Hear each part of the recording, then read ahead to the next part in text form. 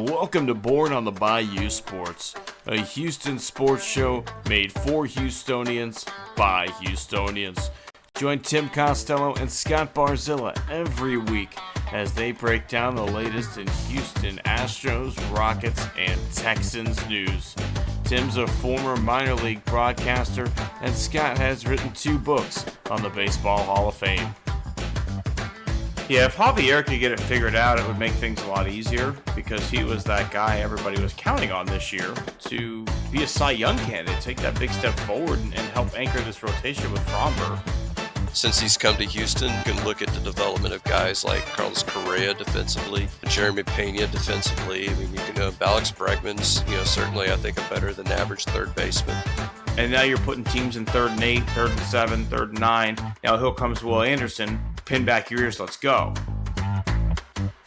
So if you're Bayou born and bred, or just like spending time in the H, sit down, relax, and stay Houston strong.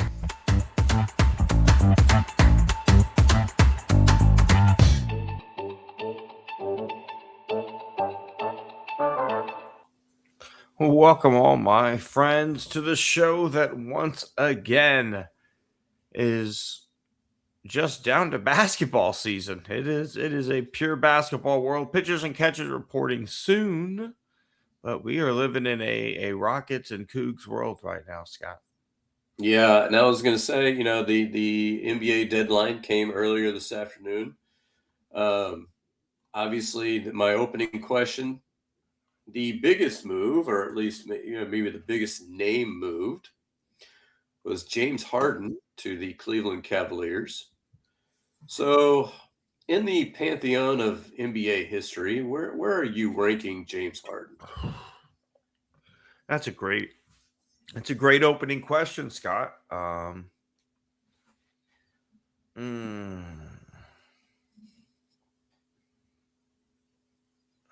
That's tough because I don't know. I don't know if there's ever been a player like him that was, so good, but just so unwilling to stay put in the post-Houston era, right? Like, I feel like he gave it all for the city of Houston for quite some time, and then since then, it's just refused to plant roots down. Like the moment he feels like a team's not capable of winning a title, he's out. I don't know, Scott. I think he's a Hall of Famer, right? Like his numbers will get him in the Hall of Fame. Well, like when I think of I don't know. Like I don't know how to like look at his career now at this point, right? Like if he goes in, is it a Rocket? Is it a like I don't think the NBA it matters because it's the Basketball Hall of Fame. But I don't know, man. I think he goes down as a really, really good scorer. At one point, the most efficient scorer in the NBA. And it has to be noted. I think you can't describe his career without noting the back half of it has been he's blown up every situation he's been in. He blew up the Rockets by asking them to get Westbrook, it not working, getting rid of Capella, making him spend a ton of capital to get Rocco, then blowing that situation up, showing up in a fat suit, going to fucking Brooklyn. Couldn't make it work in Brooklyn, gets bailed out, goes to the 76ers, couldn't make it with the 76ers, goes to the Clippers, couldn't make it with the Clippers, now goes to Cleveland. Like, I don't know. Like, I definitely think it's worth noting that in his career, like, he just could never find a way to make it work with his style of play. Well, what I find, and he's not similar in style of play, mind you, right? But I think in the history of the game, you're going to look at players who were great regular season performers that didn't quite get over the top for whatever reason, right? So, like, where do you rank him just historically with the Charles Barkleys and the Karl Malones and John Stocktons of the world? I don't know. I mean, like, I don't think it's unfair to say that James Harden is a more skilled basketball player than Charles Barkley was, right? Like Yeah. James Harden is probably better with the ball in his hands. He is a fantastic, catch and shoot guy. He can shoot off the dribble. He is great through contact. Underrated rebounder, underrated post scorer. I mean, post defender. Um, Karl Malone's a fucking child molester, so fuck him. And Stockton. I mean, Stockton's a top 10 point guard all time. That's the real question. But I don't know. Harden's such a better scorer and is still just as good of a passer. He's I don't want to say ball hog, but just ball centric, right? The ball has to travel through Harden for a lot of the offense to work, right? Like I'd be curious what would have happened for his career if the three amigos there stay together in Oklahoma City, and he kind of has to develop into more of call it a Manu Ginobili type role and kind of be that guy who's the spark off the bench, lead the unit, be there in crunch time, obviously in the fourth quarter. But you're not the whole team. What happens if he doesn't become the main star at that point in his career? Because the Rockets then catered to him from that point forward. I, I don't know. I It's find interesting. It's interesting to think about. I find all three of those players fascinating from that Oklahoma City team because Durant has the titles from Golden State, but I don't think anybody gives him credit for it, right?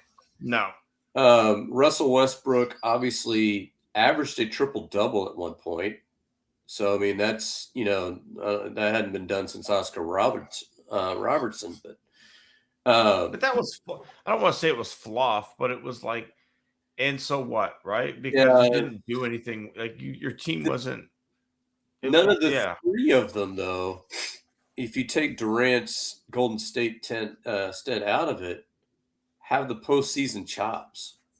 And that's kind of, when you look at Harden, I mean, that's going to be, and to me, the 6 teams in his career and the 5 teams in 5 seasons is not going to be, I think, the major storyline. The major storyline is going to be him shrinking in June. absolutely going to be remembered. I don't think you can talk about James Harden without talking about failing to rise to the occasion at every single moment, right? Because you can't act like the Rockets didn't have opportunity to win titles. Like, yes, the game seven happened where we missed a ton of, but like he also had the opportunity to go take a game over, right? Like that, it was game seven. James Harden could have done something. It was there for the taking. You had a game seven to go beat the Warriors. And if you are an all-time great, if you're in the upper echelon of LeBron, Steph Curry, Jordan, you don't lose those games, right? Like you don't lose game sevens because you're the fucking man.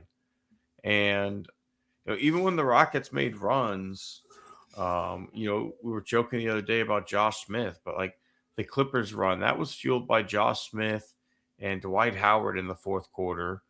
And then another Harden on the bench. one, huh? Harden was on the bench. Harden on the bench. And, Corey Brewer got hot, right? Like it was never that like Harden took them that far when they got to the Western Conference Finals earlier in his career. I don't know, Scott. I think you can't say disappointment because he's had a wonderful career, but there were a lot of playoff disappointments. So to kind of move this thing forward, obviously, if you're listening to this, live, the Rockets have not made a move. Did not. Did you catch Rafael Stone's comments? I did not know. I was at basketball practice, oddly enough.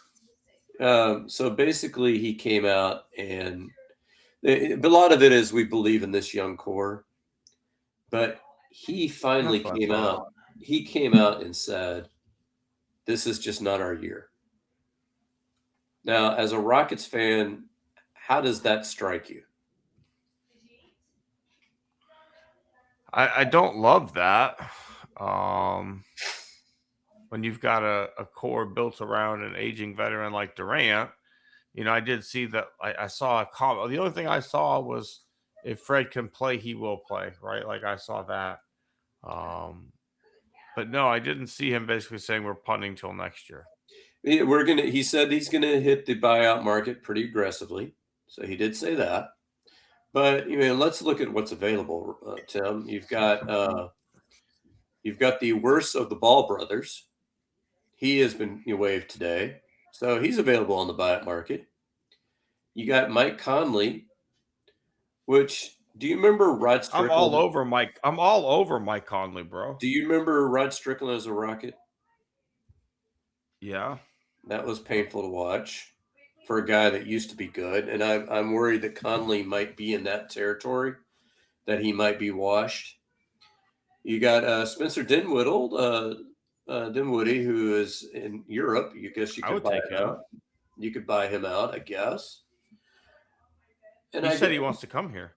yeah. So, of course, I don't know if any of those guys are particular fits for what Adoku wants to do, like particularly on the defensive end. It's just rough. I mean, to me, that comment is almost punch in the throat worthy. I don't think you make that No. comment. Yeah. I think what you say is like, we were in on some things. I didn't like any of the packages that teams were demanding of us. So we decided that staying pat was the best way to go. To me, that's the kind of statement you make.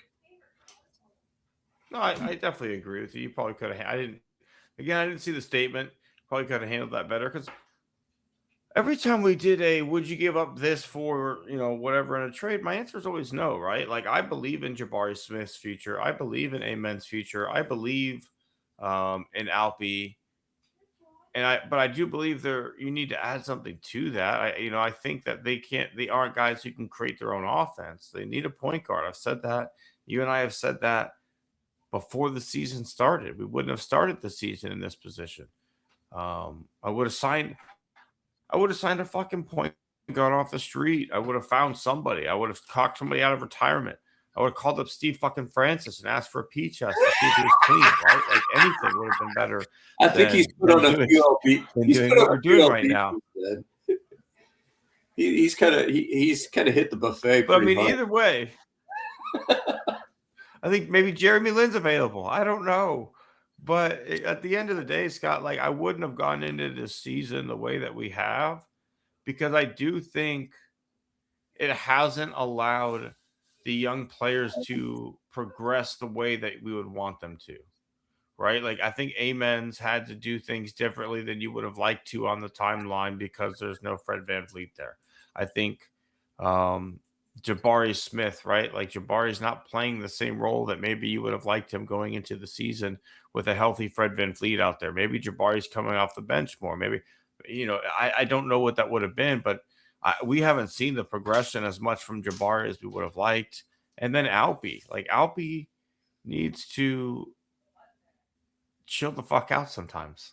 I love Alpi, I do, but like sometimes he literally reminds me of that scene from Along Came Polly where they're in the park playing basketball and he's sitting there just jacking up bricks, raindrops, fucking nothing but bricks, and he just shoots it and shoots it and shoots it, and sometimes he just kind of gets into this rhythm where he's just like, I'm going to take this game over. And in those moments, actually loses the basketball game for the Rockets. So we just need somebody who's not Kevin Durant that in clutch moments of a basketball game can slow things down, run an offensive set, get a good look, let a shooter run baseline while screen is set and make a good pass and have a good 3-point look.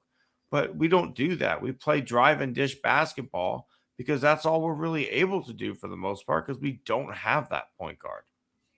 Well, and I think more importantly, you get we're susceptible to traps, late in games where teams kind of press us.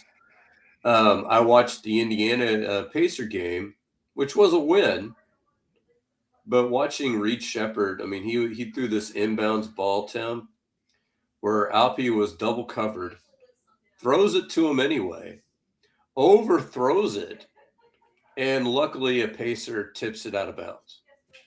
Like it could have been like a dunk on the other end, and probably should have been.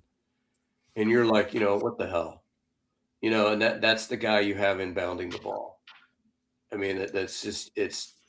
I think there are too many, and I had a chat debate with Patrick Creighton, and I was like, we need a guy for 10 or 15 minutes a game, because really this group can play their style of basketball for 30 minutes a night. But there's those key points at the end of particularly the fourth quarter, but I think at the end of halves where teams are just like, okay, we're going to press you. Do you really want Durant bringing up the ball? Do you really want Alpi bringing up the ball, or Amen bringing up the ball with pressure? No. You don't want Reed Shepherd doing it. And I don't, and to me, what I don't get about this comment of this isn't our year, we've got 30 regular season games left. SGA's already gotten hurt. What happens if he tweaks it again and they just said he's out for the year?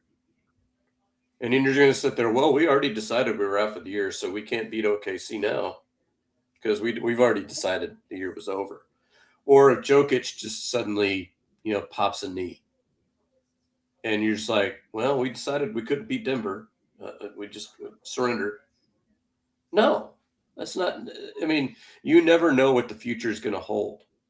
I mean, do you think, that Jim Crane was ever like, yeah, it's not our year. It's the Mariners' year. We just can't, we can't beat the Mariners. Can't beat the Rangers. I don't know. We just need to punt it till next year. I mean, do you think that would ever come out of his mouth? No. I mean, it's always, you can always say things, the coded language of, we're going to put the best team we can under the budget that we have available, all that other stuff, right? Like, obviously, you don't ever come out and say that. And I don't know, Scott. Like, I don't want to say it's not our year. Like, the whole point of going to get a guy like Durant is that he's the type of player who can take over a playoff series and guide you. So he's the kind of guy you ride, right? Like late in games, you throw it down low in the post, let Durant post up, fadeaway jumper, and fucking money, right? Because at the end of the day, no one can really get a hand in his face on a fadeaway at 7 foot tall like he is. He is just that kind of guy that, if you can keep it close, Durant will find a way to win. But that game against the Celtics last night was pretty disheartening. And I know exactly. I haven't looked tonight yet. I was scared. But Ime gets tossed, Alpi gets tossed. You just, it just seems like there's some games we just can't hang, right? Like I don't know, Scott. It definitely losing Steven Adams. I feel like a lot of the physicality has been lost. I don't know. It's a weird team. It's a weird year. I don't feel like I'm totally out on them catching fire and figuring out a good play style, but I just feel like it hasn't meshed at any point. There's like it just hadn't flowed. The offense hasn't flowed. We haven't looked like a complete basketball team. Like we just look like we've been limping around all year. Well, and what there's a guy on our on the message board of the old crawfish boxes, and he's a guy that I'm just going to nickname Ricky Bobby, because basically his whole mantra is if you're not first, you're last. And I can't subscribe to that as a sports fan. I can't look at a season as if you don't win a championship, you suck. So if this team made it to the second round of the playoffs, would you consider it to be a successful season?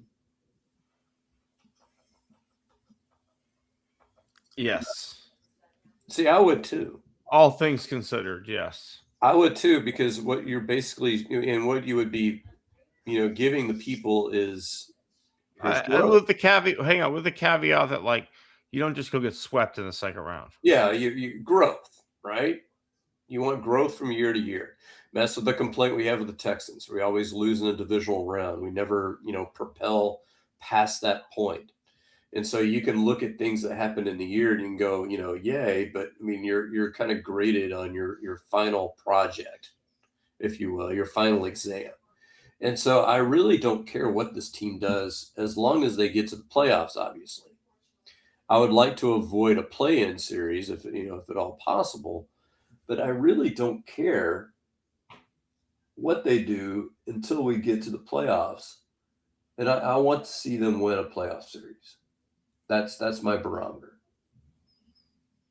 Like I truly believe last year, if you just swap out the players we had, like if you had Durant last year instead of Jalen Green and Oh, Dylan yeah. Brooks, I think you win that game just by not having Dylan Brooks on your roster and running his mouth and riling them up, and also Durant over Jalen Green. Jalen Green had one good game.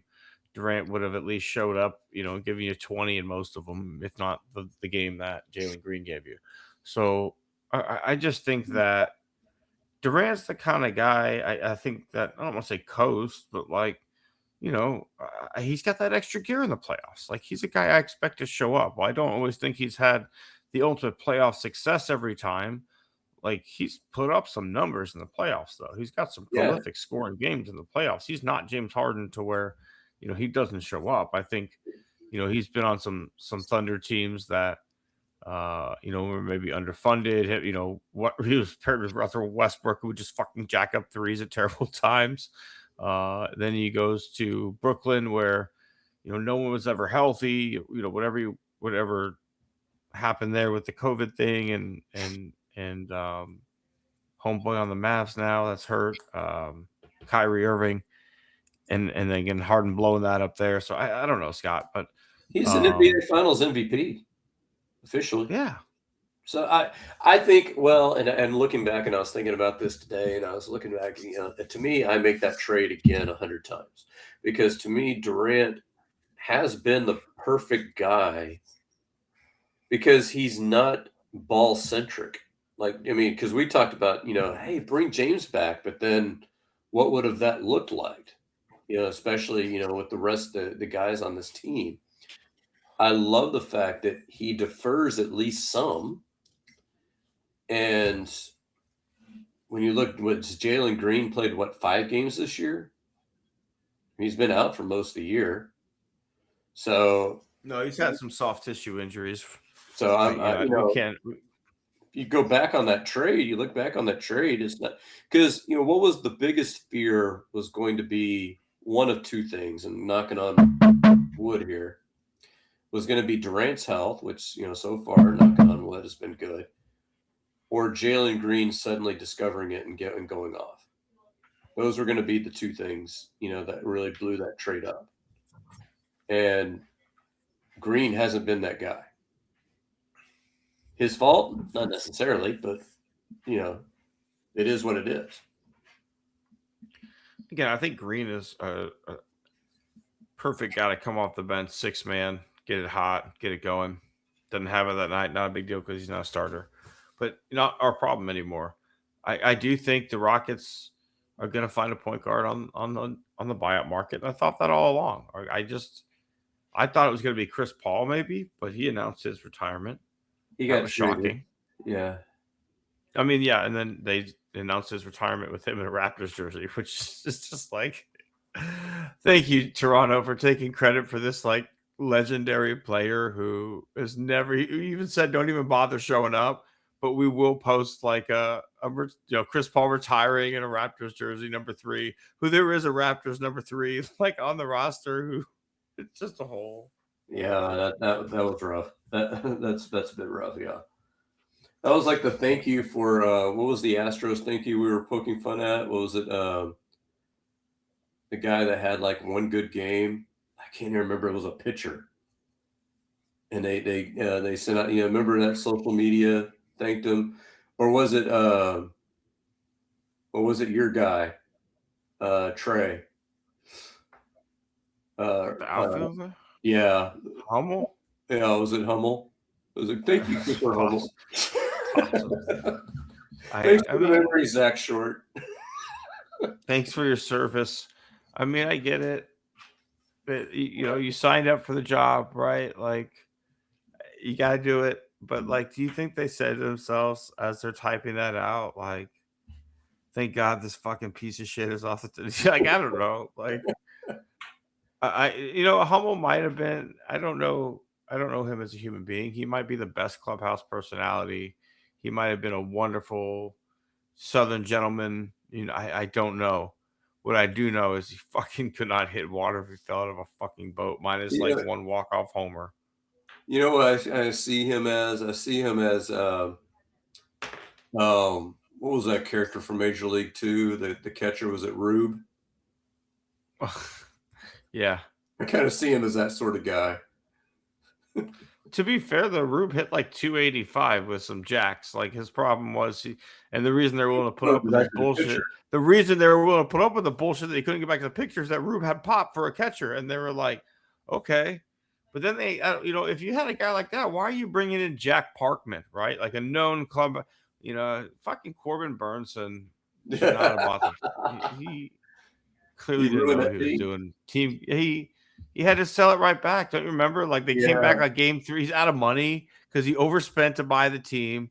So then, like the next day, they come back and it's just like nothing but billboards everywhere in the outfield. They're like, "What's the fucking Yellow Pages out here?" And then he has to sell it back to Ray. Then he reactivates himself on Roger Dorn night. On the night he's honoring himself, he reactivates himself. Yeah. And then sells the team back to Rachel. Yeah. Okay, Tim. Great sequel. Have we talked enough Rockets? And Major League 2? Yeah. Let's talk a little Astros, Scott, because I thought for sure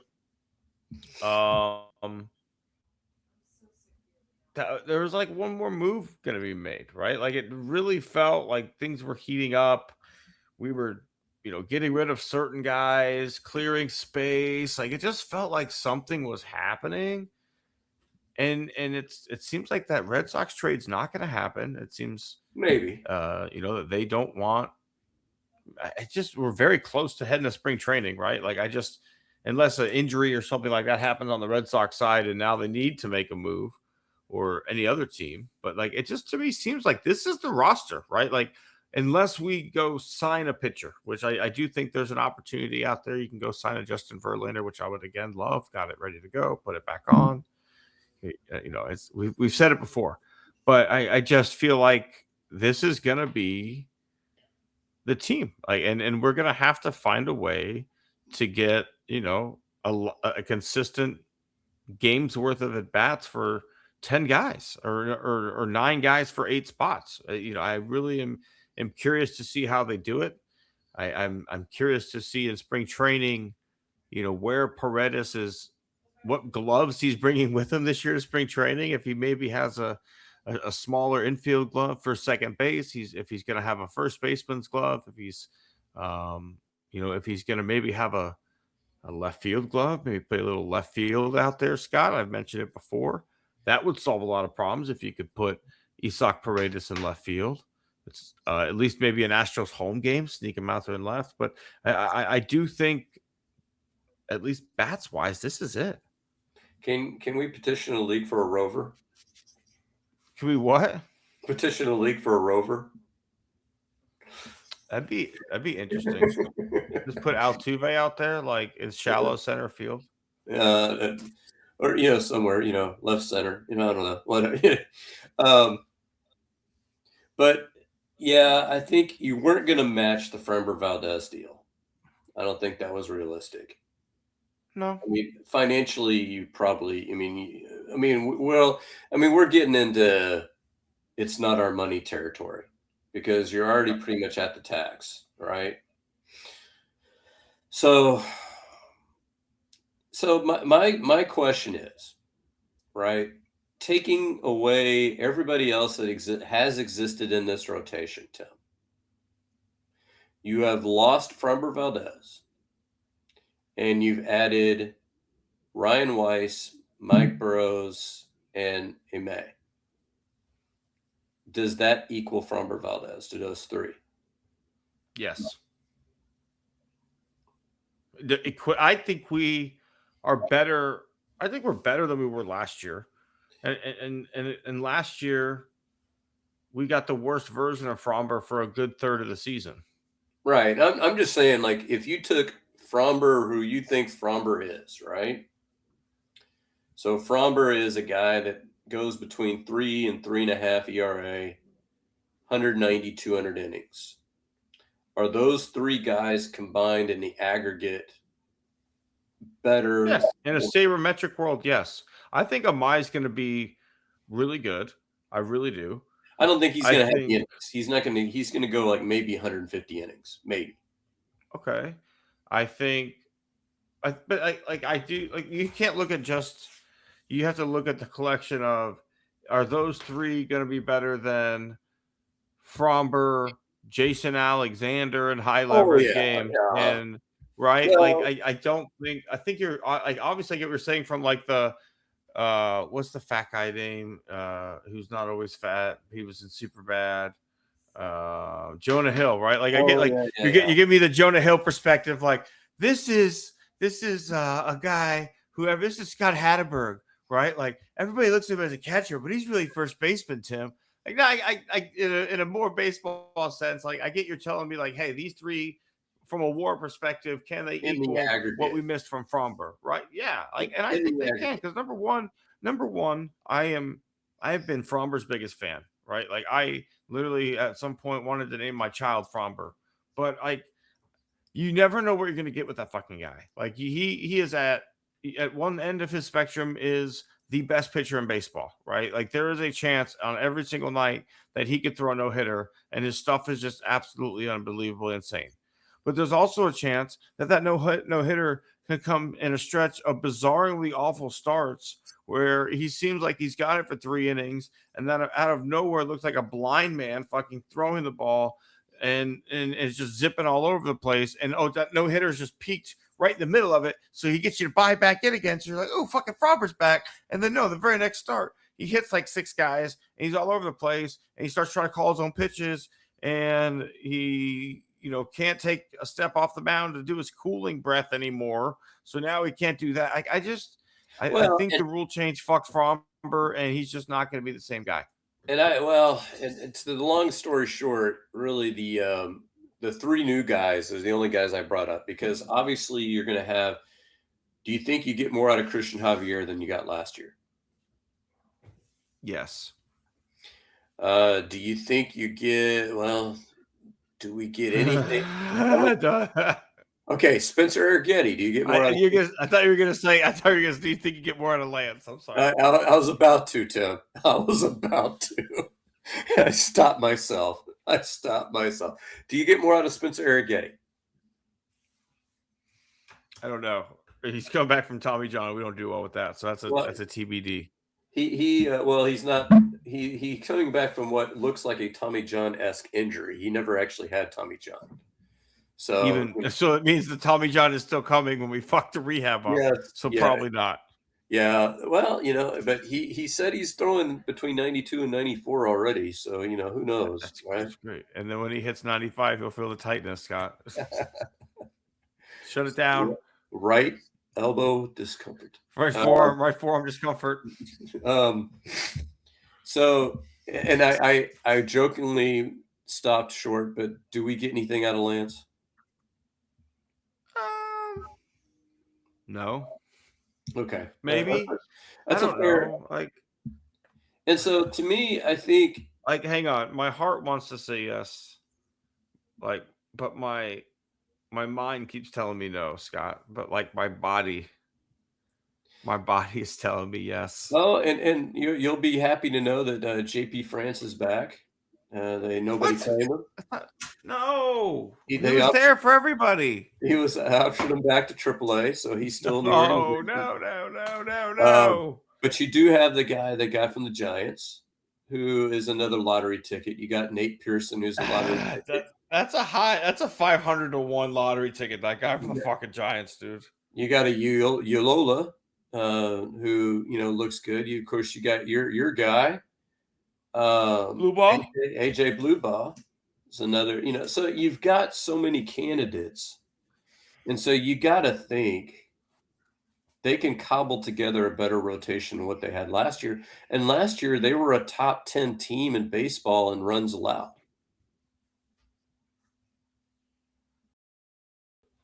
No,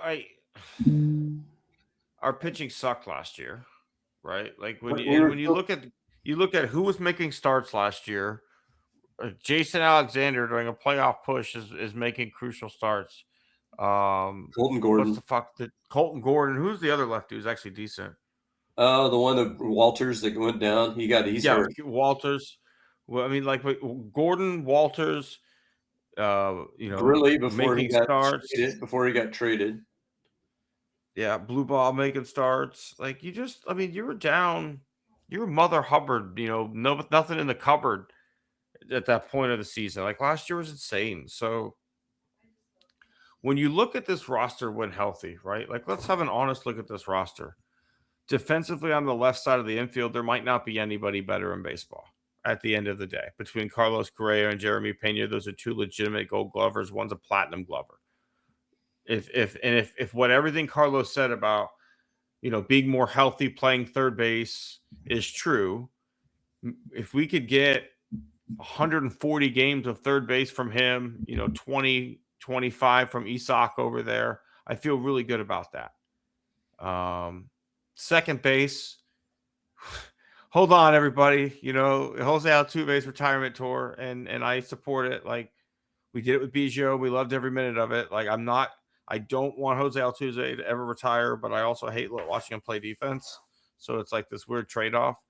And then first base, I think Christian Walker still played a really high level of defense last year. Even if it wasn't Gold Glove defense, it was better than we had previously, and it made Pena better, and it made Paredes better. And then the wild card is going to be how good is Paredes as a first baseman. And again, also where are we finding at bats for Paredes if it's not at first if it's not at third? I feel like we still have a very thin and rookie outfield. I like him at second base a lot, but I feel like Espada's come out and said he's not going to play second base. Well, looking at his frame, I don't love that to tell you the truth. But I mean, I watched Yuli play second base a few times, and it wasn't my favorite thing in the I world. think I think you got a Gold Glover in right field. I think you've got I think you've got a Gold Glove type center fielder, maybe And Jake borderline or Cole? in Jake. Okay. I think Sanchez is still on the roster. He had some moments where he looked kind of shaky defensively in the outfield. Yeah. Uh, Yeah. he especially when he played left, that was some rough, But I think Cole is very athletic. They're going to try Matthews out there, they said. They did say that Cam was going to play some center because I know you've been kind of pushing for that. So it's really going to be. I think there's going to be a lot of mixing and matching this year, and so here's my question. Here's a bigger question, Tim. Let's say this team is more healthy, but still has the associated health, because you've got players that are traditionally hurt. Your Correas, your Jordans, those guys seem to miss time. You win 85 games and you miss the playoffs. Do you wash out Espada and Brown?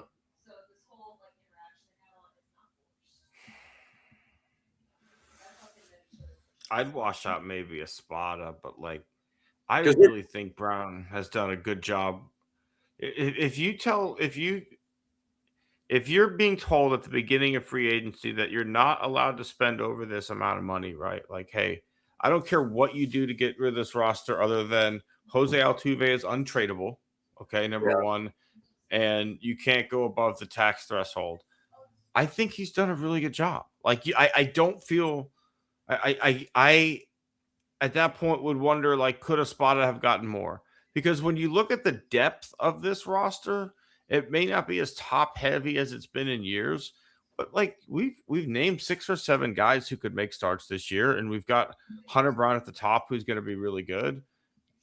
And we are also rolling the dice in other ways. But I like the Mike Burrows trade. I thought that was a gutsy, ballsy move. You identified a guy based on the metrics that you've used for years to identify guys, and you went and got him.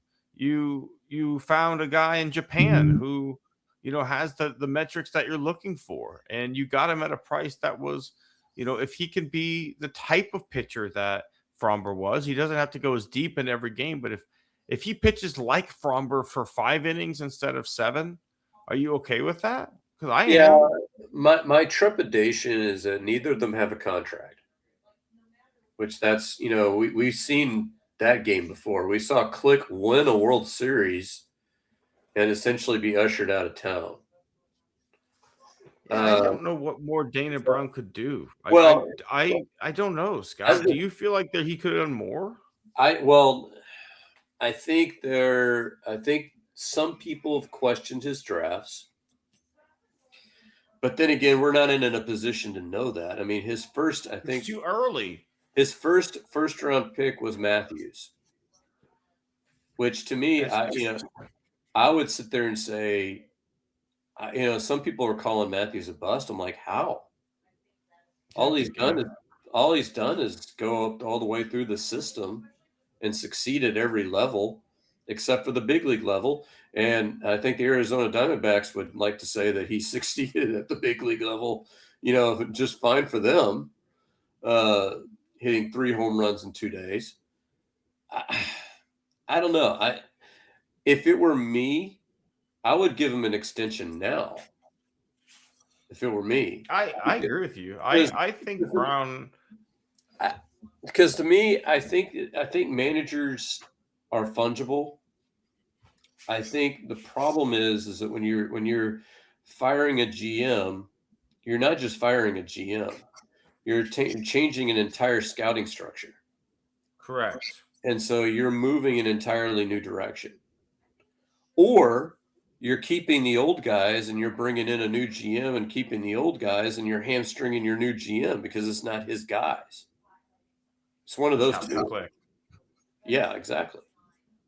And I think if the same thing, not I don't think what happened last year, knock on wood, could happen is going to happen again, right? Like I think that was a historically crazy amount of injuries, right? Like, I literally think if you looked on like the amount of days spent on the IL, the Astros are up there in the top 5 of all time last season. But I do think that if there's, if you win 85 games and miss the, because like I don't think I'm sorry, especially with Eugenio Suarez signing elsewhere, I don't think the Mariners are that much better than you if they are better than you. And I do think the Rangers sneakily have done a really nice job putting together a nice pitching staff this offseason, but they did not really address the fact that they hit like shit last year, and sign any big name bats. I think they'll pitch well, and they'll play some good baseball games, but I don't think they're going to have a great offense this year. No. And Mariners did get Brendan Donovan, so that's something, right? They re-signed Naylor, so that's something. I mean, I guess do they play Donovan at third? Do you think? Possibly, but they also lost. Is he better than Suarez? Is he a better hitter than Suarez? I mean, you lost not 49 homers because they didn't all come with the Mariners, right? But you lost a good over the course of a season, 30, 35. He's a guy that's not gonna. He's gonna hit 10 to 15 home runs. That's my point. Like you're trying to replace. And Naylor over a full season, what, 15, 20? Maybe, I don't know. He's kind of vacillated, between big power numbers and smaller power numbers. So, who knows what you have in there. I mean, and I think the homeless team has actually done some decent things. I mean, to me, the team formerly known as the Oakland A's. And they're not the Athletics anymore either. So they're just do you remember the South Park episode where the Washington Redskins lost their trademark? So they were just like, they steal their logo and they're like, we're the Washington Redskins, go fuck yourself, right? Like, and that's what they just kept saying. Like, we will do absolutely nothing if you give us money, we'll just tell you to go fuck yourself. Because like they were not only, and it took me years to realize they weren't only commenting, like they're also commenting how bad the Redskins were. Like they're like, yeah, fans, give us your money, and we'll just tell you to go fuck yourself and not put a winning team together. I like the fact that they signed Jacob Wilson long term. I mean, so they've got quite a few of their guys kind of signed long Get term, it cheap too. and they got in Jeff McNeil. Who else did they sign long term? They signed Soderstrom. Didn't they sign him long term as well? I think so. Lawrence Butler signed long term. They're probably going to get their first baseman locked in, here pretty soon. So they've got quite a few of those guys. I really like their catcher. Is a good young hitter. So they're going to be like, to me, the 1990s Rockies, like your Blake Street Bombers. And that's a team that you hate to go in and face in a 3-game series in Sacramento, because you're going to probably win some 8-7 games, but 8-7 games are especially tense, and your pitchers are not going to enjoy that. No, I agree with you. If they take any kind of step forward, they're the team to beat going forward in this division, right? The Astros they're an aging ball club in a lot of ways. Correa and Altuve are on the downside of the bell curve. Although I truly am hoping for a bit of like a second half of a career renaissance for Correa. Right? I am hoping he beefs up non-steroid wise, but like kind of A-Rod style. Now that his legs can be a little more fresh playing third base, as you said, it felt like he didn't even play when he plays third base. I don't know. We'll see. But if Correa could be a 30 home run guy, I know he's never been that. I know he's never been that. But if Correa could be a 30 home run, more pop guy, I would love him even more, Scott. There you go. All right, Tim.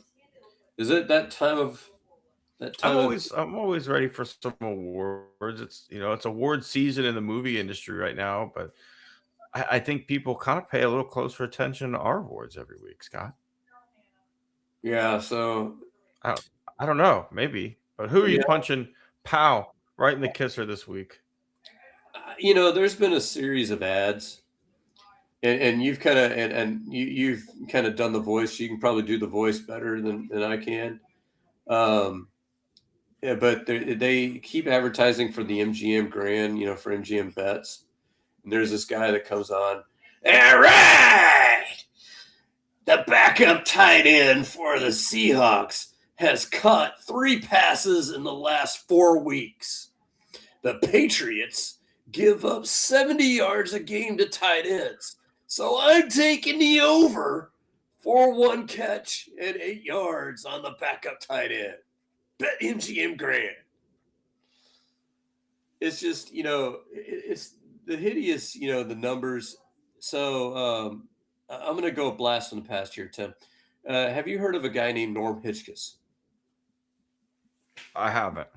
Okay, so Norm Hitchcock, his claim to fame. So growing up, and back in the days when there was HSE, we actually were able to see for free, Tim, Astros and Rangers games. And so when Nolan Ryan went to the Rangers, we were watching, whenever he would pitch. And Norm Hitchcock made his bones as the color commentator, back when, in the HSE days. But ESPN decided to hire him for their Sunday morning, NFL thing. And he would have this thing against the norm. And it would be the same, kind of, BS like that MGM guy. It'd be like, the Miami Dolphins are 17-35 in games that are played in the rain between 52 degrees and 57 degrees. So I am picking the Dolphins to lose. And you're like, could you pick a more obscure stat? Maybe. Do you remember, like, you probably weren't driving home late at night a lot on Saturday nights, but like I used to work in the restaurant industry. So like the late night hours, sports radio got really weird, right? You had like Ben Maller, who was on the weekdays, but then the weekends got really, really fucking crazy. And you had a guy named Scott Farrell. And Scott Farrell sounded like he had been like a 47 pack a day smoker for like 30 years, then had the surgery like to have the shit fixed, and then still decided to continue on with this radio. This is Scott Farrell on the bench here. Thanks for tuning in to my late night fans. Beat me up, Scotty. I'll have a cold one. And I'm like, I was like, again, I'm managing a restaurant. I'm going to school. I'm interning at ESPN Radio, and I'm like, how the fuck does this guy have a national radio show? And I don't. But that's a whole other story. But you'd get to commercial breaks, and there'd be like, I can't remember the guy, but he'd be like, I'm 7 for 7 on my last Monday night picks. I've hit the parlay every single week. I am on the overs. I am 27 of 32 in college football in the last 2 weekends. Call my number. You'll get my free pick of the weekend. It's a guaranteed winner. 555 pick'em. Okay, that's the number. 555 pick'em. And you'll get my guaranteed picks of the week. And it was just like, if you're this fucking good, why are you putting late night Saturday ads out there? And why are you giving them away for free? Like, get the fuck out of here. What is the pick? What is, like, I'm going to bet that Tony Romo throws for 100 yards. Like, what? Like, come on. Did you ever see, like, so were you ever a Simpsons fan? Minimally. I wasn't allowed to watch them for a long time growing up. So there was one where Homer got into betting and Lisa ended up helping him. Because he started off calling one of those 1-900, per minute. And it'd be the weather in Denver will be cold. He's like, okay, just give me the pick. Just give me the pick.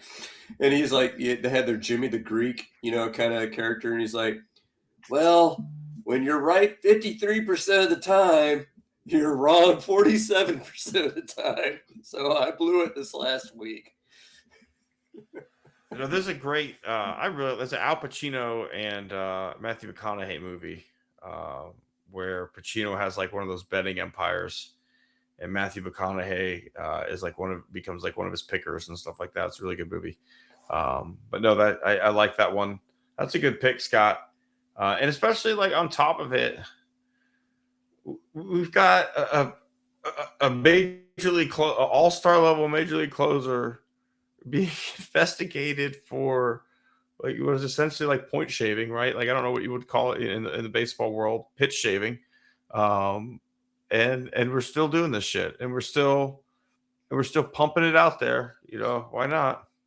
All right, Tim, who you got? I want to go after just I guess the organizers of the Super Bowl. I think I'd like to just punch them all in the face because I'm just so over like what it's become at this point. Like, can you help me understand why we still have Radio Row? Like, why are we still fucking doing that? And why are we bringing Ryan Leaf out? Like, why is Ryan Leaf on Radio Row? And why is like a team doctor who lost his medical license, who's done like some crazy illegal shit there? And if we know they have beef, why are we bringing them out on the same time? And once they fight, why are we still letting them be out there? Like, there's just like so much shit that goes on Radio Row that it's just, why do we need that?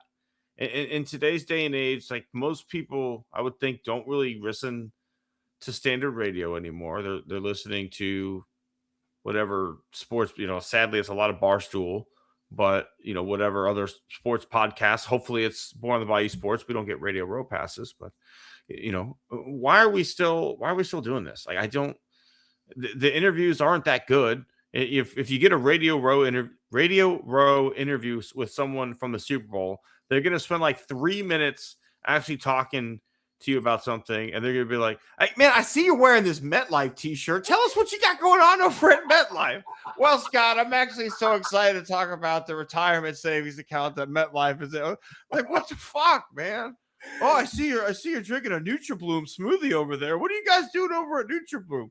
Well, we actually figured out that human feces broken down and spun backwards actually turns into a wonderful smoothie. So, at Nutri, what are we like? They're just getting so ridiculous. Of like, you're like, in the middle of like a really good conversation, you're like, oh, it's time. He's got to get moving. Okay, tell us why you're actually here, which is to talk about fucking whatever t-shirt you're wearing.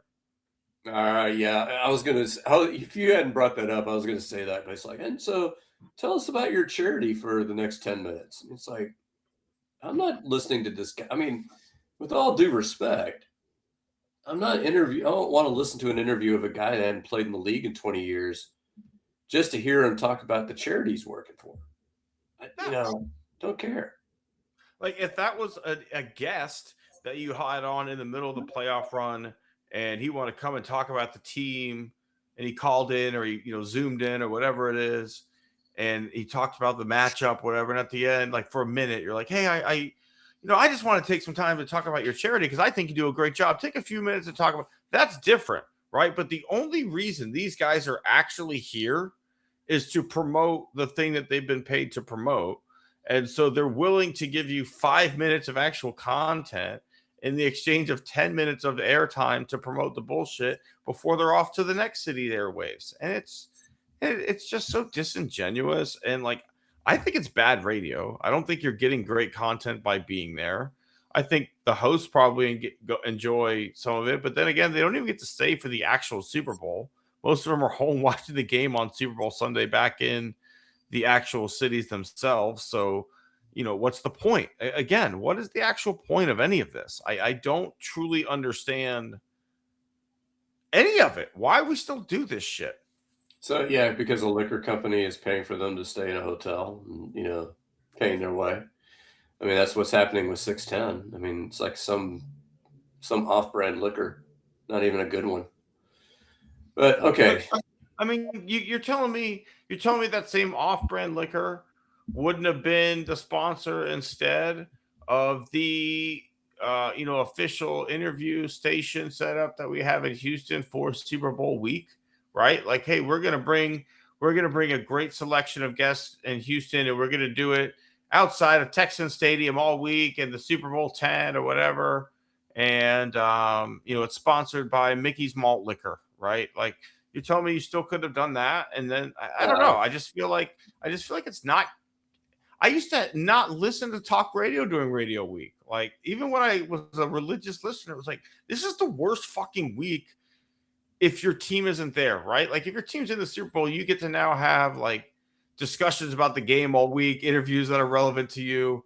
If you're just a Texans fan, like you get to hear Seth Payne go fucking interview, Herschel Walker, and 2 minutes to talk about football, and then hey, tell us about this campaign you got going on, Herschel. Well, I think we should turn back the clock, folks. Oh dear God. Okay, it's not that bad. What that was. Okay, moving on to the horse's ass. I'm not saying this. Hang on, hang on. I gotta get my production value. I wasn't ready for your transition there, Scott. Go ahead. Proceed. You may proceed. My horse's ass. And I don't want this guy out of town. I just I want this guy to be better, is Rafael Stone.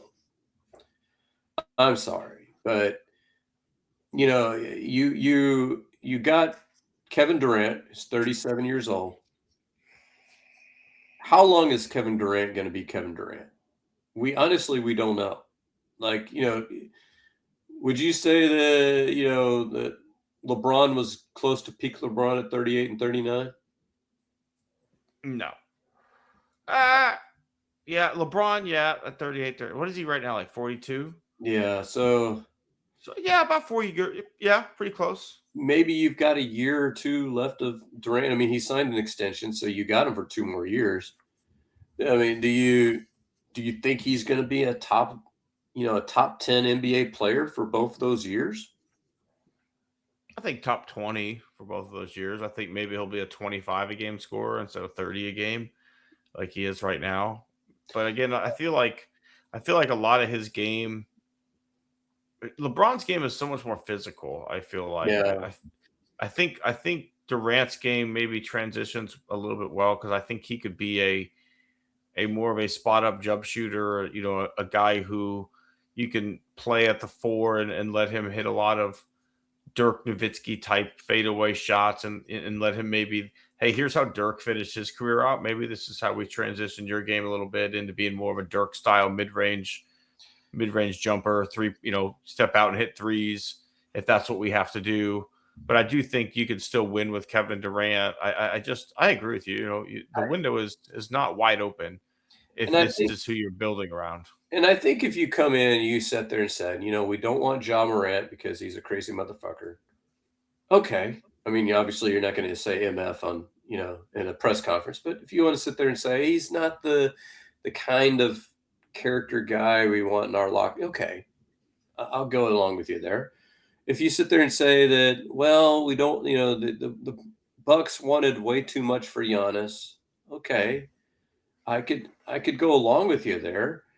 If you could sit there and say that, hey, we saw that James was back on the market, but he just wasn't a guy that, we thought was a good fit for us at this point, okay. And you could sit there and say that, we loved Tariq and we didn't want to get rid of him for a similar level player. Okay. But to sit there and say, well, this just isn't our year.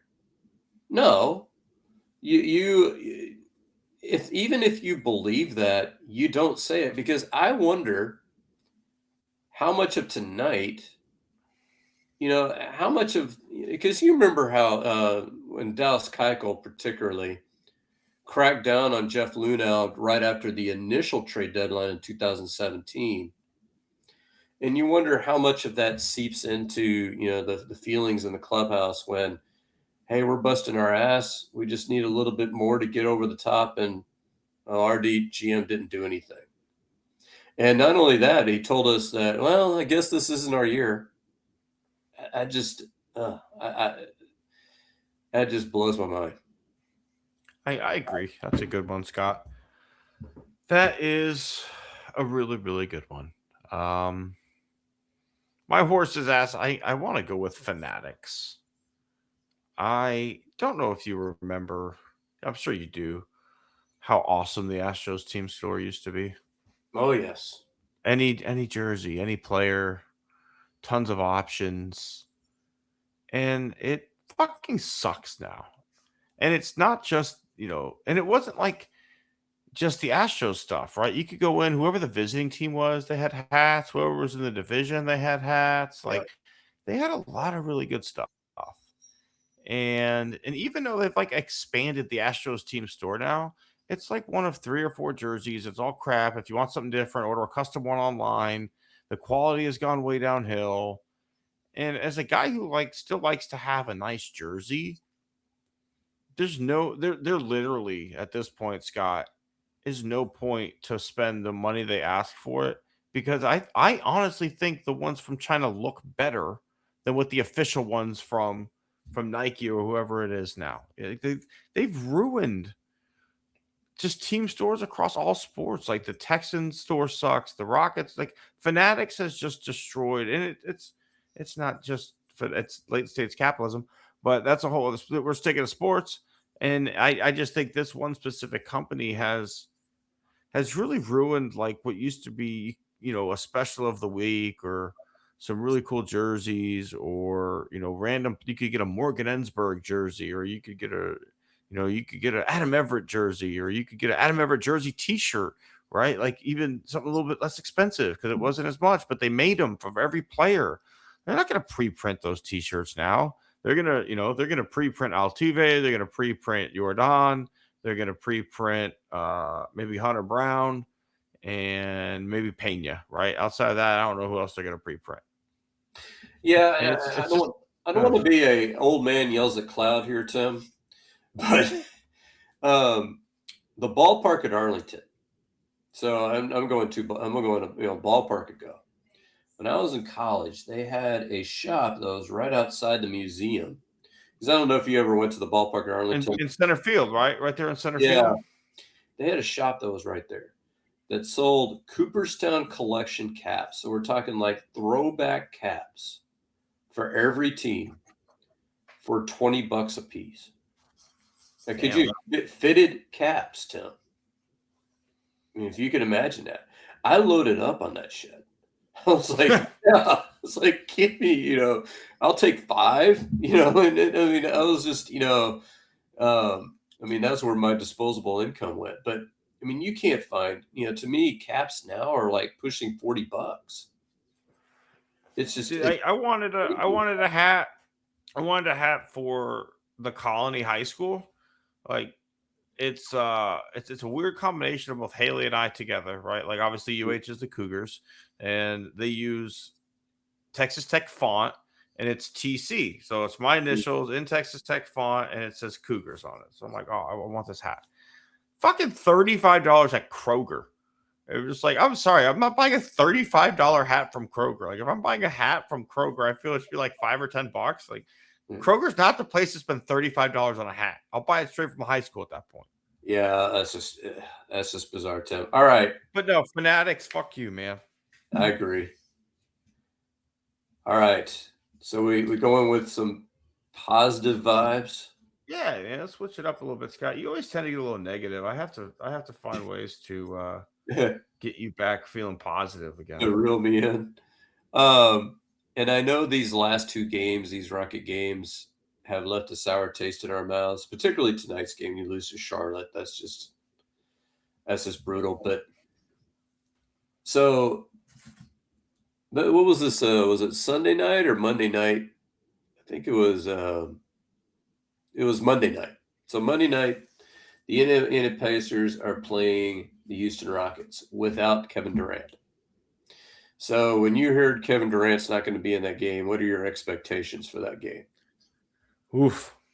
Yeah, Oof was right, but we won in Indiana for the first time in 5 years, mainly because of Alpi Sengun. Alpi Sengun pours in 38 points, 16 boards, 5 assists, and they were absolutely like 1990s New York Knicks, like just bringing out wooden clubs and just beating the shit out of them. I mean, that it was that level of physicality.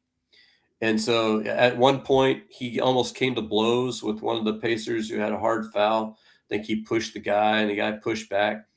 And the officials decided, okay, we're reining this shit in. And so the Rockets smartly we're going to pass it down to Sengun, and they're going to foul him every time. And that ended up happening. He had his best free throw shooting game, missed 3 free throws in a row, but grabs the rebound of his last miss, passes it out to Amen, and that was what sealed the deal. Rebounds his own miss. I mean, it was an unbelievable performance, and I know they've lost the last 2 games. I know he got ejected against the Celtics. I know tonight's game basically was Durant with 31 and everybody else just, freaking sucking. But he showed up for one game, and we needed that win, big time. No, I couldn't agree with you more. I think Sengun has his moments. He has flashes, and you think like, okay, he's turned a corner, and in those big moments, at times he's willing to at least take those shots and to step up where some of the other players, at least so far, have not shown the desire. I think to be the guy who takes the last second shot or wants the ball in his hands at the last second possession. Um, I don't know. I can't remember what movie it was, but it was when the game's on the line, winners want the ball or something like that was always the line, right? Yeah. And I think Alpi is one of those guys, right? I think he's a winner. I definitely agree with you on that, and kind of seems like he takes it as a personal challenge when Katie's not playing to raise his level a little bit. All right, Tim, who you got? I have 2. I have a minor one, and then I have like a full one. I came across a story I shared with you through Facebook. There's a guy, Chad Sandberg. He caught Jose Altuve's 308th career home run. It also happened to be the 25,000th home run on the Conoco home run pump. Um, he showed up at a card show in Houston, and this guy's a Cubs fan, but he showed up at a card show in Houston, and he offered to give the ball back to Jose Altuve because it was kind of cool to have the 25,000th home run at Minute Maid Park on the Conoco pump. But all he asked in exchange was that Jose would sign a few batting practice balls and give them to Orbit and his team to find kids in the wheelchair accessible parts of the ballpark during games and to hand them out. Altuve, of course, being Jose Altuve, said, "Yeah, absolutely, no problem." But very cool.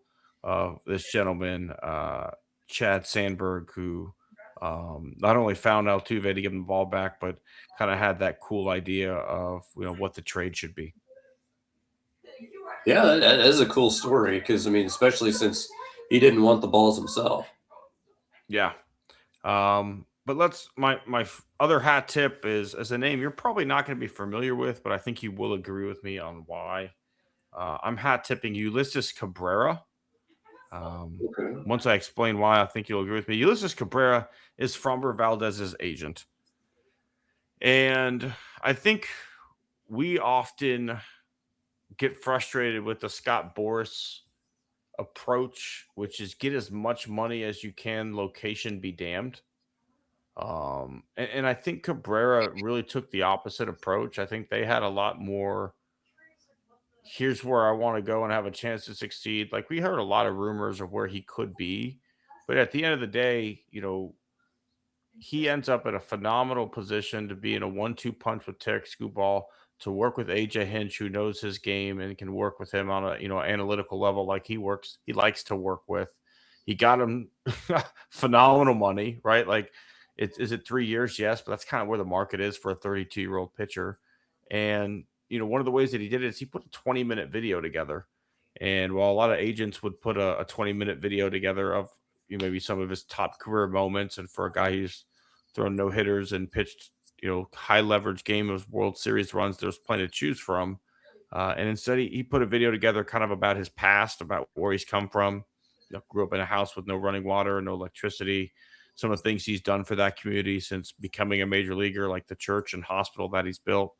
And it really kind of helped him find the home he wanted. And you and I talked a lot about how if we were agents, we would kind of try and sell players to the teams they want to go to or situations they want to go to, more so than, hey, here's Denver, but a big fat check to be there, right? Like, or hey, Allegheny River, you ever gone skinny dipping in the Allegheny? Maybe you could try it. You got a lot of money to pay the fines now. But I think they did a good job of saying, hey, this is a situation you have a chance to win championships in. You still get your money. And yeah, I think he did a nice job, did well by his client. And I think more agents should operate that way at the end of the day, Scott. Yeah, and you sent me the link of the Pittsburgh Pirates are in our Framber Valdez, and I was just like, doesn't compute, does not compute. That has to be the agent just putting it out there to get his price, right? Like, because there's no way, if you really care about your client and you have other options, that you go to Pittsburgh. It's worth $5 million less to not go to Pittsburgh. That's a James, but that's a that is a Jim Crane, early Jim Crane, bull move where we were second bidding. I mean, he got 110 million from Detroit. We were in on it. We bid 80, over 3 years. So we were second bid. It was okay. It's a good call. The Hendricks brothers, they talked about when I heard them speak, and basically saying that they did the same thing with Andy Pettitte, where Andy Pettitte said, I'm going to Houston or New York. Boston offered him more money. He said, nope, Houston or New York. So, I mean, that's what he did. Okay. Is it that time? I think it is, Scott. It is time to talk about some of the worst in sports this week. Who do you have for us as your scumbag of the week? We've had an update. We've had an update on an ongoing story, Tim. Nick Caserio has come out and he has spoken again on Joe Mixon. What have we learned? Absolutely nothing. And we have an update. Nothing is nothing. We have an update to let you know there's no new update. There's no new news. Here's my thing, Tim. And I respect. I think everybody should have a right to privacy. But you either go full board or you go 100 or you go 0. You say like the player wants privacy. We're not going to talk about this injury at all. We'll tell you when we find out, something. Or, at this point, to me, my scumbag is Joe Mixon. Come back and just say what happened. Right? Even if you want to How blame many times has he said, wait till the facts come out, and then the facts never come out? he never sets anybody straight. Come out. You were washing your truck. Okay. I could, you sell us a bullshit story, whatever. But, to sit there and to me, if you're the Texans, just cut him. Let's just cut him and move on. He's not playing another down for the Houston Texans. Let's make a full commitment to finding his replacement because I'm done. I tend to agree with you. It's pretty frustrating. And they're like acting like he's gonna be just fine next year, right? Like this guy's a fucking ghost minus one tweet for the entire year. Didn't even know if he was alive. Like people literally were like, maybe Joe Mixon died. Maybe at 2 feet, we think. I want to see a picture of him like on the beach with both feet in the sand, right? Like I need to know what's going on. Does he have a bullet hole in one of them? Like, is it, it'll be a boot, and you think like, oh, well, it could be a foot. What if he got like a tattoo and the tattoo got infected and it like grew from there? It was like used this bad needle, or it's like I don't know. Like it's got to be something outrageous. It's got at this point we've got to be in the level of anal fissures. Like if it's not at that level, like that one will always be the one of like if it's not an injury that at least has this level of humor to it or this level of intrigue that I have to go Google what this is. I can't explain it. And at this point, like if it was this serious, he is on the wrong side of 30. He's a running back who's taken a lot of hits over the years. And why do we still want to pay that much money in a running back heavy draft with like you saw Woody Marks as a fine part of a 1-2 punch? Just go get another punch. You don't need to pay big money to that. You need to relook at how you do things. And yet we're just sitting here going, he'll be back. Jason Pierre-Paul blew off a finger. Maybe, hey, he'll be fine. Yeah. All right. All right, Tim, who you got? This is a tough one this week, Scott. We've tried to separate the awards. So I do want to keep it separate, but I watched an intriguing video this week. And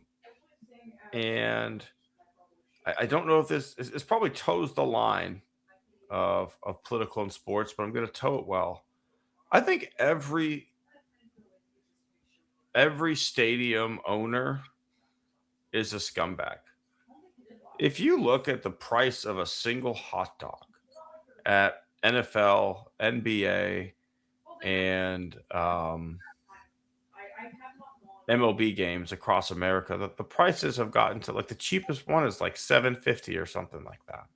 And if you look at the rate that the hot dog price has grown since like 1972, which was the last time someone did an investigation into what the prices of hot dogs were in stadiums across the country, it's outrageous. It's grown like 5 times at the rate of inflation. And, we're at the point that if you just want to go buy tickets and go to a random baseball game, right? You don't have connections. You don't have a Coke can with a buy 4 for $20 thing on it, right? You go to StubHub, you buy 4 decent seats, nothing behind home plate, anything like that, right? But let's even say on a good deal, you get them $50 a ticket. So now I'm $200 for seats, another $50 for parking. That's $250. Now I'm looking at it's not dollar dog night. So let's say a cheap hot dog is $7. So I've got 4 hot dogs is $28. It's a couple beers, couple Cokes. Now we're up to like $70. And next thing you know, it's a $400 something night to go watch a single baseball game. The Texans Texans game's no better. You're going to spend $500 between tickets and concessions and parking and all those other things to go to a Texans game. And I understand that these aren't necessities, but we've turned going into a game into a luxury. And I don't think it should be, right? And especially like in the Texans case, like the county owns the stadium. I'm pretty, the taxpayers in many cities help build these stadiums, and yet we're the ones who are being priced out of tickets. We're being priced out of a hot dog at the game. And when I was a kid growing up, like going to a game was such a rite of passage. And I still remember when I first got my car and I first got my license and I was working at my dad's restaurant. The first thing I did at that bit of freedom, Scott, and that bit of money, my first day off, I went to a fucking Astros game. Like, hey, I have money. I have a vehicle. I am off. The Astros are playing. I'm going there. And I walked up to the gate, paid for the cheapest ticket, which at that time was $7 or $8, and I got in. But it's just not that way anymore. And even if you go to the window, there's a ticket fee. There's a fee for this. There's every bit of buying with a credit card has been pushed back on the consumer, when I don't know that, like, that used to be just an accepted cost of doing business. Now we have to pay. And it's just gotten to that point of the owners have just turned it all back around on us, taken all cost of owning a team for the most part, thrown it back at us, and then sit there and then oh my goodness, we're doing the best we can to compete, but you're charging us, crazy prices for hot, they rolled out the new menu for Dyke and Park, and it all looks wonderful, right? Two pupusas, all that. I'm not going to pay $17 for two pupusas when I can go to the little bakery right there on NASA Road 1 at El Dorado and get a whole dozen for 17, right? Like, as fun as this stuff is, it's just getting out of control, Scott. Well, the worst thing was after COVID, CCISD started doing that. They started doing the thing where they weren't going to let us buy a physical ticket. So I love it. We had to use the online system, and they charged a convenience fee. And it's like, it's not a fucking convenience fee. This is the only way you're allowing us to buy a fucking ticket. That's technically illegal. They can't charge you a fee if there's no other option. It's not, and well, what we ended up doing, I think, is you could buy like a season pass, for like a cut rate or something like that. And so, we ended up doing that for when Ann was playing volleyball, but it was just like, are you kidding me? It's like, you can't physically. And so for my parents, I don't know how they even, pulled it off to watch Ann play, because asking them to do anything technological is just, is rough. If I was them, I'd just show up on my phone and just start like,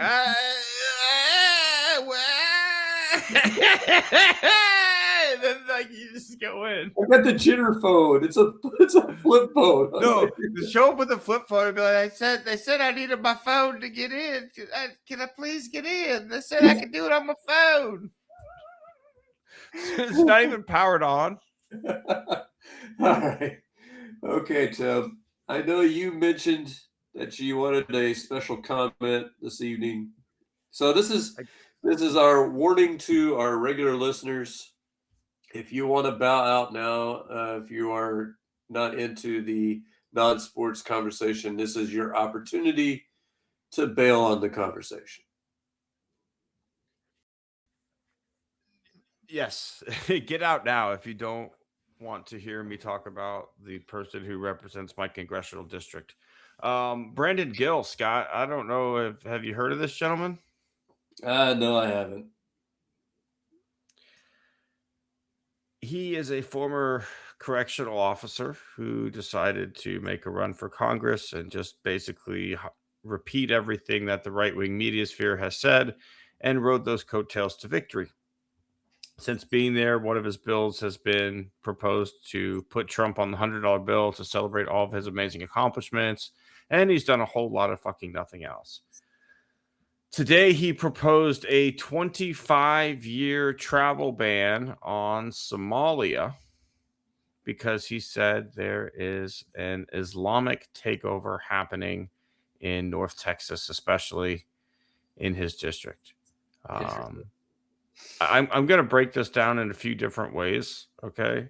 First and foremost, while there is a lot of, Indian and Middle Eastern people moving into um, this area, they practice Hinduism as well, right? They're not just Islamic. There's a mixture of everything. We're a multicultural mixing pot, but most of them are not Somali. You're just using Somali because there's a shit fucking stir YouTuber in Minnesota who got people stirred up about Somali immigrants, and you're just using that because it's enough clickbait to get people to be like, yeah, fuck them. Number two, America has a very, very, very, very long history of continuing to blame immigrants for every single one of their problems. It started in 1840 with the Irish immigrants, 1850, the Chinese immigrants, 1880, you had the Italian as well as other Southeastern and European immigrants, Italians, Poles, Russians, Jews. Not They weren't considered fully white, associated with crime and radical politics at the time. Then, starting in the 1900s, you had the Mexican and Mexican American communities that were segregated in schools and neighborhoods. We had deportation camps set up during the Great Depression because we didn't want them stealing jobs from Americans. Then, during the Bracero program from the 40s to 60s, we actually recruited Mexican workers to work here, then exploited them for their labor, denying them basic labor rights, and then shipping them back to Mexico. We held Japanese immigrants in internment camps. It was absolutely disgusting. We used Filipino immigrants starting in the 1890s through the 1930s as a labor exportation in the agricultural, as we used the Philippines as a colony. South Asian immigrants have been called denied citizenship since court rulings, subject to racial violence, and had their immigration restricted in America until 1965. Middle Eastern and Muslim immigrants, especially after post 9/11, became part of surveillance group, hate crimes, detentions, and travel bans. Refugee groups that have also been um, subjugated or mistreated are the Vietnamese, the Cambodian, and Laotian refugees. Haitian refugees have been treated. I'm sorry, Haitian refugees have been treated absolutely terribly. And then South and Central American asylum seekers who are only seeking asylum. I'm sorry, asylum seekers who are only seeking asylum because the United States fucks around in Central and South America on a regular basis with the CIA and kills fucking leaders and installs right wing dictators and ruins it as a place to live. So now these people need a safe place to live, and then we won't fucking let them come here. But my point is that we have a long, long, long history of refusing to accept the fact that we are a melting pot, that we are a place that people want to come to because we constantly put out propaganda about how fucking great America is. And then anytime someone wants to come here, we're like, who the fuck are you? Why do you want to be here? So what that a group of Islamic people have found a way to have a nice life in North Texas? Good for them, right? That's the American dream, that you can come here and establish and be prosperous and grow your family and grow your community. Happy for them to do it. Happy that they're in my area and they can feel safe in this area. It makes me feel good that you felt comfortable here to live here. It makes me feel fine. What doesn't make me feel fine is a racist biggest piece of fucking shit who wants to get out there and ban people from coming to this country. No one here can trace their roots past 1776. This property, this piece of land was never owned. It was stolen. We cannot sit here and say that we don't like immigrants because we are a nation of immigrants. My grandparents immigrated, not my grandparents, my lineage comes here from Ireland, it comes here from Russia, it comes here um from Russia and Hungary, right? Like, I don't have any Native American in me. Do I consider myself an American citizen? Absolutely. Do I love the fact that I can trace my history back to Ireland? Do I love that? Not love, but do I think it's fascinating that I can literally find what concentration camp my great grandparents were in during the World War II? Yeah, because they were there and then they were able to come to America and migrate here safely and seek refuge and be accepted and open a business and grow a grocery store in New York City in the 1960s. All those things happen. And you can't just sit here and say that there's too many of this one kind. We're not going to allow you to come here anymore. Fuck you. That's not what America is, and it's not what I want it to become. I don't want anyone to say that we have enough of this brand. Let's switch to something else. Fuck off. If people want to be here, let them come. So I want to sandwich this because I got a couple of different ones on this topic. So the first one is I got a Facebook, message, one of those, from a friend, not going to mention who, but is a member of our church. I think the American Catholic failure to speak up in general is shameful in this moment, is absolutely shameful. Because as a church, we are very pro-immigrant. At least we're supposed to be. Our Lord and Savior was a refugee. The family, the first family, they moved to Egypt to get away from King Herod. We didn't hear much about them in Egypt, but I mean, they survived. Egypt allowed them to be there. They were allowed to come back. And so the topic that they posted in was, well, what y'all liberals just don't understand is it's not about immigrants, it's about illegal immigrants. It's like bullshit. Bullshit. We're long past that now. We are long past that now.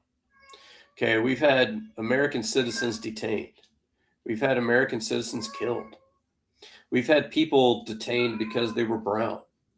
This isn't about, we're finding out the illegal immigrants. No, you're just rounding up whoever you can find. And if they're a citizen, they're a citizen. If they're here legally, they're here legally. If they're illegal, we don't fucking care. You're in the way. Just get out, get out of the way. And to me, the fact that the church has not stood up, we this last Sunday, you and I texted. We didn't mention it on the show, because it was after the show, but it was Beatitude Sunday, and the one priest, that did talk about it. You know what the topic was at our parish, Tim? I don't know. Wasn't at your parish, no. It was a fucking DSF.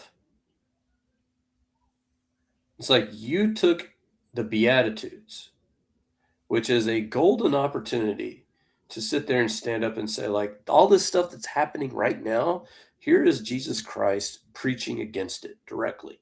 Here, right here. Read it. Listen to it. What's going on now? And if you're for this, you are against Jesus Christ.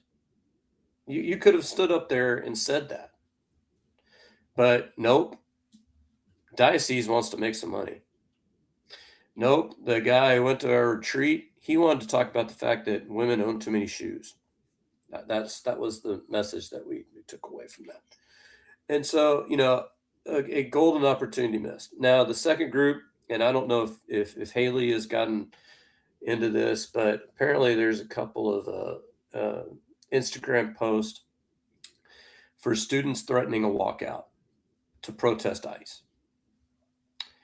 Now, we were briefed on it today. I'm not going to say much about it except for the fact that the people that I'm flabbergasted at is that we got an email from the district saying, if you are caught encouraging this, the TA is going to pull your teaching certificate and you'll never, ever teach again. It's like, what? What the, number one, and if any of my faculty members accidentally stumbles onto this podcast, I'm not going to recommend students, leave the campus. I'm not going to do that because number one, it's not safe for them to leave the campus unsupervised. And I know full well, from having a dad in administration and having a mom and sister that taught, I know full well that if you let students walk out and one of them gets hit by a car, they've got a built-in lawsuit against the school district, and that family will leave, we'll leave the school district, couple of school buses, and they'll own the rest, and deservedly so. So I'm not going to recommend any student do that. But you know what? I agree with the sentiment. I 1000% agree with the sentiment. And I think majority of people, not everybody, because I know there's some MAGA lovers on our faculty, but I think the majority of the staff agrees with them as well. I think our principal agrees with them. What's funny is the organizer on our campus actually emailed the principal to ask for permission, Tim. Can you imagine that? And of course, our principal, no, but ended up having a long conversation with the student and, explaining, here's why it's no. We understand that this is not about us. We understand that, that's nothing personal, and we hold nothing personal against y'all. It's just we can't allow you to do this. Because here are the reasons why, right? Which to me is a reasonable tack to take. What's not reasonable is threatening teachers. They do this every year. They do it when we take STAR. And if you get caught cheating on STAR, we're going to flog you. It's like, fuck you. just stop. I literally told a whole room of teachers, principals, and like special education teachers today, like, I don't give a fuck about Star. I do not care. I could care less if she makes a zero. I won't sign her up for the extra hours afterwards either. Y'all can kiss my ass on that. It's not happening because I know I can opt out. So you have go away. Not today, Satan. Your powers hold nothing over me. But no, I mean, I understand all the. I agree with the desire to walk out. Sadly, as you said, you open yourself up to situations like the gentleman who decided to be a good idea to attack a young high school girl in Texas, and then got the find out part of his, after the fuck around part when he got a bunch of pissed off high school students on top of him kicking the shit out of them. And I'd recommend there's other ways to, a sit in works just as good. Have everybody sit in the hallway, arms crossed, and not fucking go to class, right? Like, hey, I don't have to walk out, but we're all going to sit in the hallway on our, Indian style, and we're not going to go to class, and we're going to tell you go fuck yourself because we don't agree with what's happening, right? You said we couldn't walk out, we didn't. We're all here we're all here in the building, right? Hey, if any students want to talk to me on how to plan that, happy to do that. I don't work for any school or any administration. It's crisscross applesauce now, Tim. It's not Indian style. That apparently, either way, whatever you want to call it, not politically correct anymore. But no, but I do think everybody should wear the "Death to Pedophiles" shirt that lady had on when she was kicking the shit out of that guy.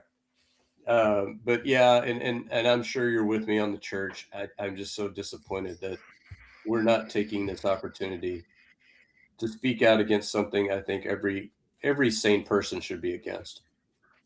I have to say, I will commend my church for not taking the route that yours did. I won't say that he full out came and said like you're falling short, but basically we got like just because someone says it's a law doesn't mean that you should do it. We did get that right. Like we did he did basically say that like God's moral law is higher than any law on earth, and these are what we should be abiding by. Like, do I think the saber rattling could have been a little harder? Yeah, absolutely. I would have liked him to come out and explicitly say this is bad, but he did explicitly say like God's law supersedes the United States law, and I respected it, right? Like my wife and I both looked at each other, we're like, okay, like this is because quite frankly, I hadn't been to mass in a bit. Like I'll admit it, like life happens, and disappointed in the American Catholic Church a lot, as you and I have talked about. Like I think they should be doing more and should be doing a better job of fighting back against this. But I love the Pope that we have, and I really do love Father Joy. I think he's a phenomenal priest and a wonderful spiritual guide. So there was just something in me that said I feel like we should go to mass this week. And it just so happened to be Beatitudes week, and the message was on point. Again, could it have been sharper? Yeah, absolutely. But there was literally someone in the church parking lot that had like ultra MAGA bumper stickers on his truck. So like, how sharp can you really be? Well, but I think that sounds a whole lot better than women. Y'all own too many shoes. No, for sure. I own too many shoes. I'll be the first to admit, right? Like, I'll buy a new pair to replace a worn out pair, and then not throw away the worn out pair. All right, All right, Scott. That's gonna wrap it up this week. We hope you enjoyed that special comment. Unless you're Brandon Gill, and I hope you go fuck yourself. But outside of that, we hope everybody joins us next week on Born on the Bayou Sports.